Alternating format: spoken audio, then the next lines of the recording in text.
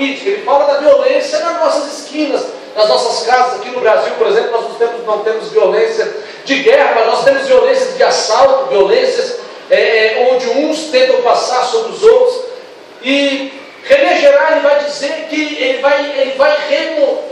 vai nos levar a compreender que a raiz da violência, de toda violência, ele vai nos levar lá para o Decálogo, lá para os 10 mandamentos de Moisés, mais precisamente ao último mandamento.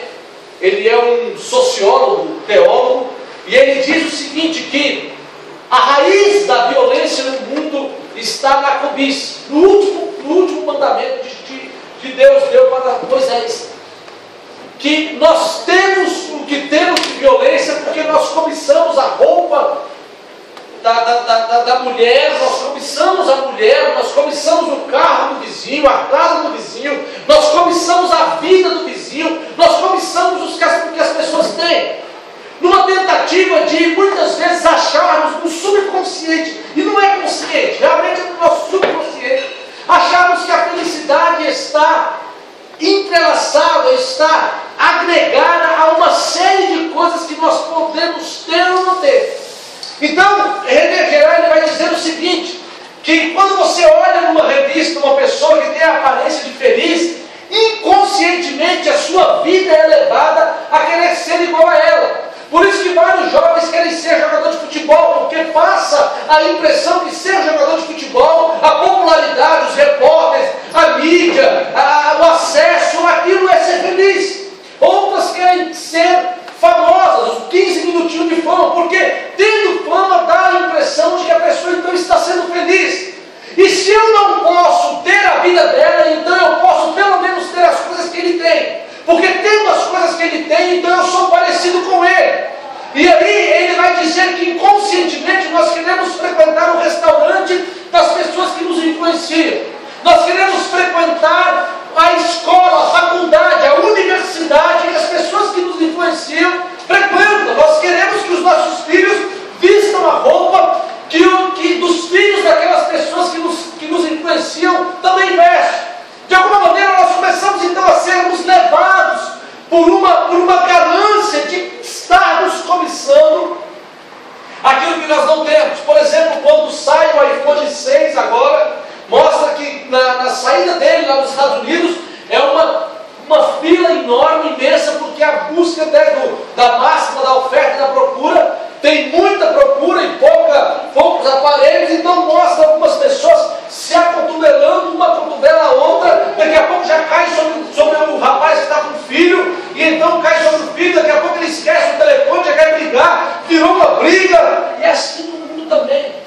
Eu preciso chegar primeiro, e pelo fato de eu ter que chegar primeiro, eu dou uma cotovelada no meu próximo, e dando uma cotovelada no meu próximo, ele cai sobre o outro vem em cima de mim, e nós vamos vivendo, meu irmão amado, este redemoinho de conquistas desenfreadas, onde nós consumimos e descartamos. E segundo René Girard, ele diz que a premissa do mundo, a ideologia do mundo, do príncipe deste século, é que para você ser feliz, você precisa consumir e descartar. Por exemplo, eu caso e eu tenho o direito, quando a minha mulher não me satisfaz mais, eu tenho o direito de descartá-la e pegar uma próxima, mais nova. E assim também é o contrário, no dia que ela cansa, ela troca e pega o mais novo. Ou então, eu tenho o direito de, se os meus filhos estiverem me dando muito trabalho, eu simplesmente fujo da responsabilidade de ter que dar uma criação. Então eu vivo numa sociedade de consumo e descarte. Eu vou consumindo e descartando. Aquilo que não me satisfaz mais, então eu troco numa substituição. E vamos percebendo que a felicidade não está ali. Então eu quero trazer a mensagem desta noite, eu quero pregar sobre esta última mensagem do ano. Como é que nós podemos ser felizes? Onde está a felicidade para o ano de 2015? René Girard, ele vai dizer que você vai encontrar felicidade. Inconscientemente você acha que encontrará felicidade quando você tiver tudo aquilo que as pessoas que você acha que são felizes, que têm felicidade, quando você tiver o que elas têm. E então você fica numa busca desenfreada por dinheiro, por conquistas, e quando você tem o que elas têm, você percebe que ali não está a felicidade. Por que será? Por que será que na revista aquela atriz parece tão feliz e em pouco tempo você descobre que uma overdose de drogas a levou? Por que um ator que tinha tudo na vida como referência de palco, referência na sua área, como Robin Williams, como é que ele é levado a um pico de suicídio? Só esse ano eu tive 4 amigos do mundo, 2 amigos mais precisamente próximos, 2, que tinham tudo, inclusive riqueza. Os 2 se suicidaram. E muitas pessoas abandonam a fé achando que a felicidade não está. É muito engraçado você ver isso no meio dos jovens. Os jovens falam: eu vou abandonar a igreja porque a felicidade não está em não poder fazer as coisas. A felicidade está no mundo. E mundo, quando a Bíblia fala de mundo, ela fala de um sistema.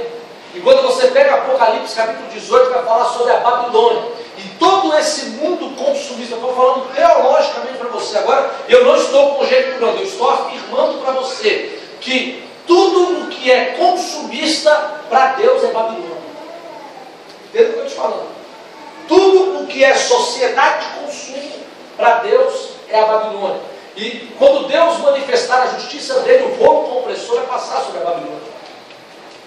Porque essa política de consumo é o que tem levado as pessoas a praticarem o mal, contrário àquilo que o próprio Moisés falou sobre a cobiça. E então nós vamos vivendo uma vida desenfreada através do consumo, de querermos ter. E vamos ensinando as nossas crianças, através de algumas atitudes, que o ser feliz é ter. E aí vira uma frase meio que solta, né? O feliz não é ter, o feliz é ser. Tá, pastor, o que significa isso? O que significa ser? Ser o quê? O que eu tenho que ser? A felicidade não está em ter, então eu tenho que ser o quê? Aí René Girard, ele vai escrever uma teoria e vai ser condecorado com doutorado e vai ter o seu livro publicado. Só que já existia um apóstolo que falou o que ele falou há 2000 anos atrás. E aí nós vamos para o texto agora. Abra sua Bíblia aí em Tiago, capítulo 4. Tiago, capítulo 4, verso de número 1. A teoria de René Girard é uma teoria que já foi escrita há 2000 anos atrás. E nós, às vezes, nem percebemos. René Girard, ele vai dizer o seguinte: que só existe guerra no mundo porque nós cobiçamos o que ainda não temos. Deixa eu te falar uma coisa: não existe matéria-prima para fazer a Havaiana para todos os africanos. Se tivesse que ser feita a Havaiana para cada um africano, não tem matéria-prima para isso hoje. Então não dá para todo mundo ter tudo ao mesmo tempo. Os nossos recursos são limitados. Não dá para todo mundo ter a mesma casa, o mesmo carro. Não dá para todo mundo ter a mesma conta bancária. A felicidade tem que estar muito além do que esse sistema consumista quer nos trazer. Olha só, de onde? Olha que coisa interessante. René Girard, agora no século XX, ele faz uma teoria que as guerras é por causa da cobiça. E olha o que Tiago falou há 2000 anos atrás.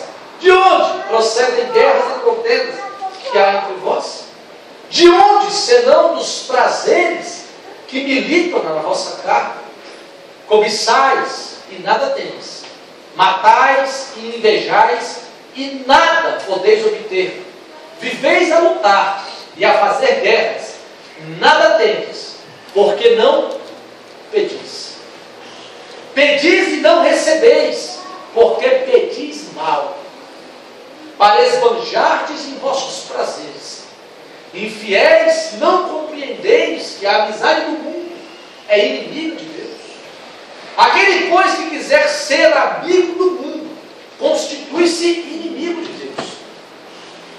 Ou supondes que em vão afirma a Escritura, é com ciúme por nós, com ciúme que por nós anseia o Espírito que Ele fez habitar em nós. Antes, Ele dá maior graça pelo que diz: Deus resiste aos soberbos, mas dá graça aos humildes. Sujeitai-vos, portanto, a Deus, mas resisti ao diabo, e ele fugirá de vós. Chegai-vos a Deus, e ele se chegará a vós outros. Purificais as mãos, pecadores, e vós que sois de ânimo dobro, limpai o coração. Afligidos, lamentai e chorai. Converta-se o vosso riso em pranto, e a vossa alegria em tristeza. Humilhai-vos na presença do Senhor, e Ele vos exaltará. Amém. Meus irmãos, 50% dos livros de autoajuda deveria ter a assinatura de Luz. E algumas pregações ministradas nas nossas igrejas devem ser sermões psicografados do próprio Deus. Porque esse sermão de que tudo vai dar certo, de que você vai obter todas as coisas, de que você não vai ter sofrimento, de que a vida é um mar de rosas, em que você não é cabeça, você não é cauda e sempre cabeça, em que você não passa por dificuldades. Esse sermão não é um sermão que Cristo deixou para os apóstolos pregar. Essa é a doutrina dos apóstolos. Perseveravam na doutrina dos apóstolos. Todo o sistema consumista é a Babilônia, ao qual Jesus já tinha revelado para o seu apóstolo João. De maneira que se nós, cristãos, estivermos entrando no desenfrear dessa elite consumista, e se isso estiver sendo base para sermos ou não felizes, cuidado. Se a sua e a minha felicidade está ligada ao bem de consumo, cuidado, porque talvez nós estamos nos tornando amigos do mundo. Pastor, o que significa então ter? O que significa então ser ao invés de ter? Imagina comigo, meus irmãos, se os políticos entrassem na política e ao invés de querer ter, tivessem a hombridade de fazer pelo próximo, o que nós não teríamos? Imagina se eu chego no estacionamento do Parque Shopping, lotado, e estou esperando uma vaga. Ao entrar na vaga, chega uma pessoa primeiro, e eu falo: fica à vontade. E tem um altruísmo de procurar outra vaga. Por isso que nós não alcançamos ainda. E não sou louco de dizer para vocês que já alcancei isso, mas este é o exercício que nós fazemos todos os domingos, para tentarmos, meus irmãos amados, sermos mais parecidos com Cristo e menos envolvidos com a sociedade de consumo. Aí entra um temor que os pastores e os teólogos estão tendo grandemente no coração, é que a teologia da prosperidade tem derramado uma mensagem de que você pode tudo na vida dessa terra. E se você pode tudo na vida dessa terra, você vai entrar na concorrência do mundo. E entrar na concorrência do mundo é ser amigo do mundo. O que Deus tiver para te dar, meu irmão amado, é bênção que Ele te dá. Agora, a sua felicidade não tem que estar atrelada àquilo que você está conquistando, deixando de conquistar. Porque se você olhar as atrizes, os atores das revistas, vocês irão vê-los felizes, alegres, mas vocês podem observar que as suas vidas são vidas de consumo e descarte. Hoje está com uma mulher, descarta, amanhã está com outro. Hoje está com uma família, descarta, amanhã tem outro. E a vida com Deus, Ele vai mostrar que é uma vida, meu irmão amado, de doação. Pastor, o que significa então ter? significa então ser, ao invés de ter? É sabermos que nós não somos uma ilha em nós. Existe um poeta que escreveu um livro dizendo que ninguém pode ser uma ilha em si mesmo. Toda vez que você tenta ser uma ilha em você mesmo, você encontra a tristeza. Aqui está a resposta, o porquê que as pessoas não são completas. Porque estão egoístamente, estão com um desejo tão próprio de ter para si. E eu tenho que entender que eu sou parte de você e você é parte de mim. Amai uns aos outros, amai o próximo como a si mesmo. De maneira que se eu estiver tendo só para mim, se o meu desejo nessa terra for obter só para mim, para minha família, eu vou me tornando um cara triste. Uma vez eu ouvi uma mulher falar para mim uma coisa interessante. Ela falou assim: eu não penso nos outros, para mim sou eu e os meus filhos. Essa mulher é uma mulher triste, arrogante, soberba, cansada. Porque, meu irmão amado, eu faço parte do conjunto dos meus irmãos. E você só pode ser feliz quando você, aqui entra a cereja da mensagem. Você só consegue ser feliz. Eu só vou conseguir ser feliz e completo quando o consumo não for mais base para os altos e baixos da minha vida na questão da felicidade. E eu só vou conseguir ser completo quando o pouco que eu tenho puder ser dividido, puder ser compartilhado com quem está ao meu redor. É bem uma coisa interessante. O cara perguntou assim para mim um dia, um rapaz: André, se você não tivesse 3 filhos, você já imaginou o quanto você economizaria? E qual carro você poderia estar usando agora? Se você não tivesse 3 filhos, você já imaginou o apartamento que você poderia ter? Esta é a mensagem do mundo. Não divida com os outros, nem mesmo que tenha parte do seu sangue. Consuma, tenha, obtenha. Se você tiver uma camisa de R$1.000, você vai ser feliz, porque aquele que usa a camisa de R$1.000, ele tem a aparência de feliz. Se você consumir o vinho que ele consome, a bebida que ele bebe, você vai ser feliz como ele aparenta ser feliz. Se você morar na casa que ele mora, na rua que ele mora, você vai aparentar. E tem uma coisa interessante, tem até uma propaganda, um marketing que foi feito, que uma empresa, a Samsung pegou, quando ela queria colocar o seu primeiro, quem conhecer melhor essa reportagem, me corrija aí no nome dela aí. Ela queria vender o smart dela, né? E ela colocou em alguns lugares do mundo pessoas felizes conversando com o smart, tirando foto. Rapidamente aquilo passava e contagiava.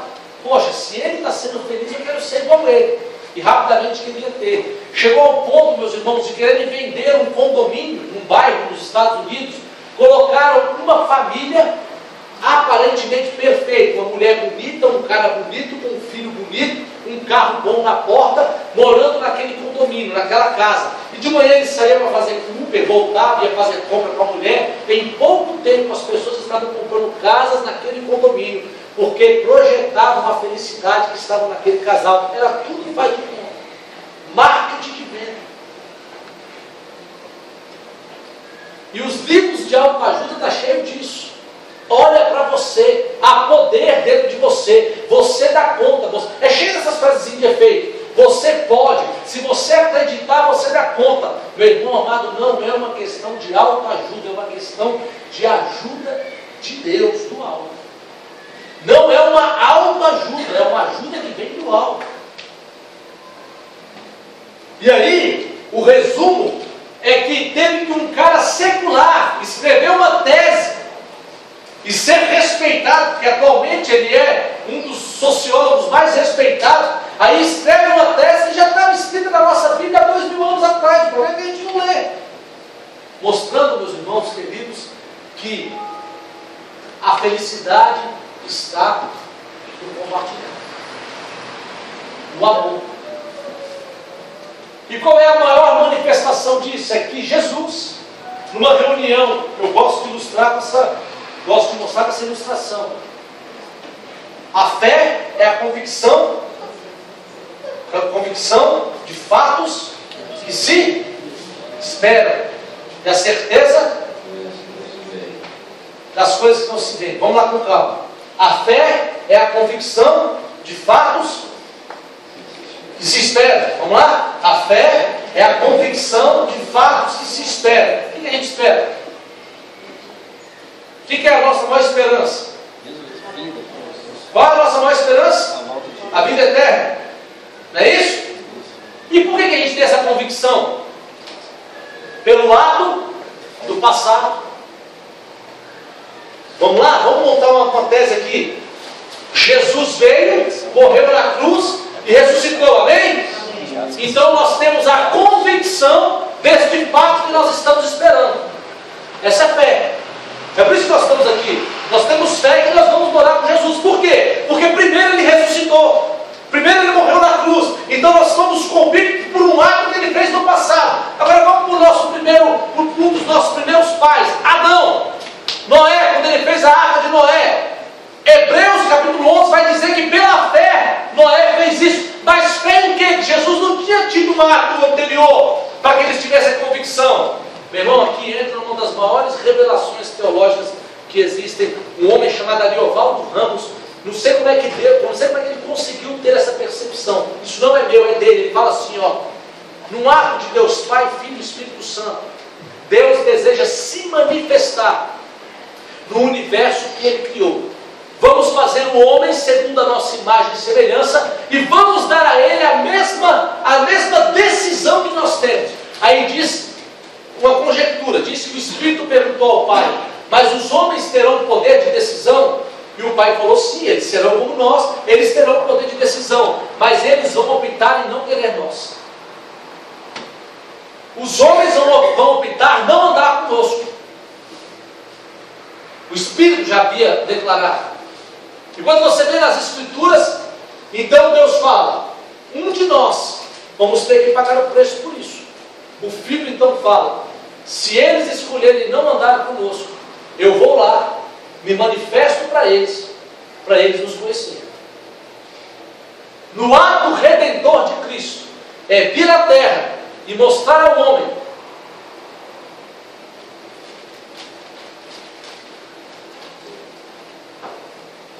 a obra prima, a autenticidade daquilo que Deus fez no início. Jesus vem e fala, olha, essa é a mensagem de Cristo. Eu vim mostrar para vocês que eu não pertenço a esse sistema. E quem olhar para mim, vê o Pai e volta ao plano original do que Deus criou. Vocês conseguem entender que tudo que Jesus está querendo é fazer com que nós, nele, possamos voltar à originalidade do que Deus fez no início conosco.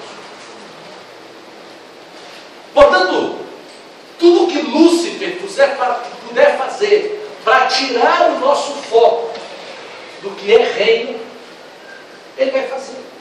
Por isso os nossos jovens são tão atraídos para o sistema do mundo. Satanás é sujo, meu irmão. Ele age. Você já viu aquelas músicas sertanejas que falam assim, ó, hoje eu vou beber para esquecer ela, vou beber, garçom, eu vou beber para esquecer ela. É tudo mentira, porque o cara bebe e não esquece coisa nenhuma, ele acorda com uma ressaca no outro dia. Mas a esperança de beber para esquecer ela. Sabe mostra aquela boate, a coisa mais linda, e o cara entrando, vê uma propaganda desses dias, uma propaganda de uma bebida. Aí mostra uma mulher bonita, um cara bonito entrando na boate, uma vida feliz. Mas não mostra o antes e o depois.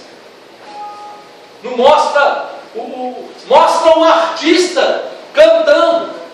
Mostra o Renner cantando, né? No palco, bonito, cabelo para um lado. Mas não mostra o Renner com a polícia depois pegando ele e o considerando um sociopata. Ser feliz é ser ele, no palco, homenageado. Aí querem, todo custo, ter sucesso, ser conhecido. A felicidade não está em outro tempo, tenha certeza disso. Enquanto a sua vida estiver pautada em obter, você vai estragando sua família, sua casa, o seu lar, os seus amigos. Você vai estragando tudo. Não é questão de você correr atrás para ter as coisas. Primeiro você seja em Deus. É como um jardim que você cultiva ele. E ao invés de você ir atrás das borboletas, que são as bênçãos, as borboletas vêm e pousam no seu jardim. Tem homens e mulheres que são abençoados por natureza. Por natureza. E tem pessoas que correm tanto atrás de dinheiro e não dá conta. O resumo da palavra desta noite, meu irmão. Onde está a felicidade? A felicidade não está em obter. A felicidade está no fato de você se encontrar com o seu Deus. Você ter uma vida completa no Cristo. O Cristo ser completo em você. É por isso que Satanás fala assim para o nosso Cristo: ei, joga-te daí de cima, e Deus dará ordem aos seus anjos para te guardar. Joga, os anjos te guardam, e você vai ser popular, você vai ser conhecido, você vai ser um poderoso, você vai ser um Superman, o cara se joga de cima e os anjos seguram ele. Manda essas pedras se transformarem em pão, você tem poder para isso. Manifesta o teu poder para a população aí, Jesus. Se torna popular, se torna conquistar, se torna conhecido na tentação. Jesus fala: não tentarás o Senhor teu Deus, nem só de pão viverá o homem. Porque ele tinha compreensão total de que esse sistema não deve nos alimentar. Ah, pastor, então quer dizer que eu não devo obter nada do sistema? Não, aí já é radicalismo. Aquilo que você puder obter para você poder viver, viva, tenha. Mas não que se você não obter, você vai ser triste. Você vai estar amargurado. Você vai estar cansado. E eu tenho mais, digo contrário à mensagem da teologia da prosperidade. Confesso para vocês, nem todo mundo vai ter casa própria. Nem todo mundo vai ser rico. Nem todo mundo vai ter. Mas você pode ser, isso eu te garanto, você pode ter a paz que excede todo entendimento. Você pode ter a sabedoria que o mundo não pode te dar. Você pode ter, meu irmão amado, a alegria que o mundo não pode te dar. Você pode ter a presença de Cristo em seu coração. Isso eu te garanto que você pode ter, que eu posso ter. Mas não uma tentativa e um desejo desenfreado de somente obter as coisas. E quanto mais você se esquece de você, mais feliz você se torna. Olha a mensagem do mundo. Quanto mais você se lembra de você, lembre-se de você. Você é uma ilha. Vaidade, consumo, maquiagem, salão de beleza, tal, pá. Lembra de você. Mas o nosso aprendizado, domingo após domingo na igreja, é uma tentativa de esquecermos de nós mesmos e começarmos a pensar mais em Cristo. É por isso que eu acho que os apóstolos, meus irmãos, tiveram tamanha condição de morrer, porque eles não tinham a vida em grande valor. Martinho Lutero chegou a escrever um hino dizendo: castelo forte é nosso Deus, espada e bom escudo. Se tenho que perder os filhos, bens e mulher, embora a vida vá, por nós Jesus está, e dar-nos-á seu reino. John Bunyan chegou a estar preso com a sua filha cega, pedindo esmola na rua, para sustentar o pai, para sustentá-la também. E dentro da cadeia ele então consegue escrever o segundo livro mais lido do mundo, depois da Bíblia, chamado O Peregrino, dentro da cadeia. O apóstolo São Paulo, meu irmão amado, um homem que perseguiu os cristãos, capaz de ser ter o seu pescoço cortado por amor ao cristianismo, homens que não tinham a sua vida em grande valor. O apóstolo São Pedro, o homem violento, covarde, muitas vezes, que teve coragem de ser morto, crucificado de cabeça para baixo. João, considerado filho do trovão, homem violento, que é considerado no final da sua vida o apóstolo do amor. Tamanha transformação que Jesus fez no seu coração. Você pega a vida dos pais da igreja, Irineu, Inácio de Antioquia. Você pega o primeiro bispo de Éfeso, sendo tomado para ser morto, ao ser tirado, disseram a ele: negue este Cristo. E ele falou: como posso negar uma pessoa que só me fez o bem? E é levado então, decapitado. Hoje em dia, chineses que estão sendo mortos, e a mãe dá bronca para os filhos dizendo: não negue este nome, porque daqui a pouco estaremos jantando juntos com Jesus na glória. Meu irmão amado, toda tentativa de Lúcifer, de Satanás, do diabo, é fazer com que você troque a glória que está proposta para nós no futuro, a glória que nos está proposta na vida eterna, que você troque esta glória pela elite de consumismo da vida do aqui e agora. E tudo que Jesus está dizendo para você é o seguinte: aquele que quiser ganhar a sua vida aqui, perdê-la-á. Porém, quem quiser perder a sua vida aqui, ganhá-la-á. Aquele que quer me seguir, tome a sua cruz, negue-se a si mesmo, negue-se a você, negue a sociedade de consumo, negue o seu próprio eu, me siga, e você terá uma vida feliz. Essa é a proposta do Cristo, essa é a proposta do nosso Redentor. Quanto mais você se envolve com esse sistema, quanto mais você se envolve com este mundo, mais triste e incompleto você se torna. Quanto mais você se envolve com Deus e com as coisas de Deus, mais feliz e completo você. Amém? Eu queria deixar essa mensagem nesse último dia.